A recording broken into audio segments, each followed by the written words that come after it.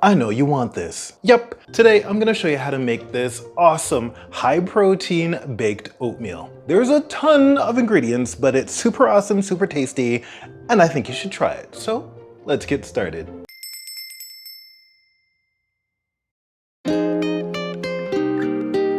The first thing you want to do is preheat your oven to 350 degrees. Grab a large bowl and add 2.5 cups or 260 grams of rolled oats. To that, you're gonna add 2 scoops or about 60 to 62 grams of vanilla protein powder, 1 teaspoon of baking powder, half a teaspoon of ground cinnamon, and just a pinch of salt. Then you're gonna just mix that up, make sure everything's fully incorporated, and set it aside.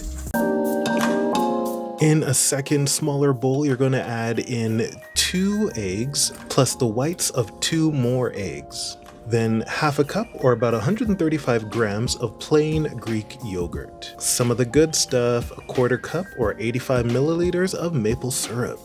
Don't be shy with this one, 2 teaspoons of vanilla extract.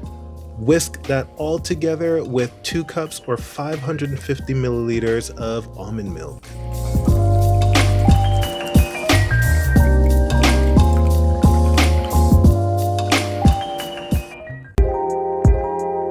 Alright, it's time to combine everything. Take your wet ingredients and add them to your dry. Then you're simply going to take a spatula or wooden spoon and mix everything up until everything's fully incorporated.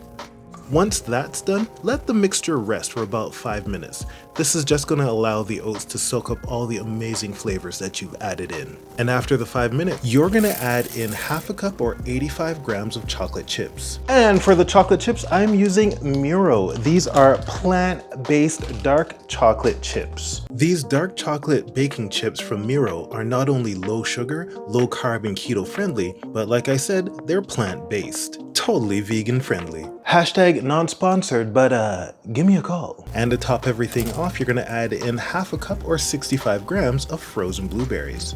Stir until incorporated, and then pour the mixture into a lightly greased 9x11 baking dish. It doesn't have to be 9x11, but I find that this thickness is perfect. And like I said before, this is going to the oven at 350 degrees Fahrenheit. It's gonna go in for about 35 to 40 minutes. If you stick a fork in it, it should come out almost clean.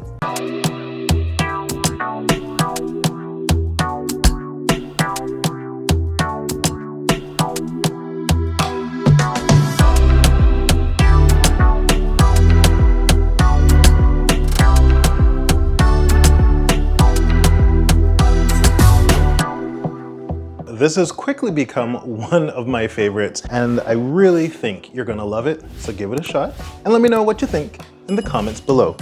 I'm dropping food, so I better go eat it. All right, I'll see ya in the next video. Bye.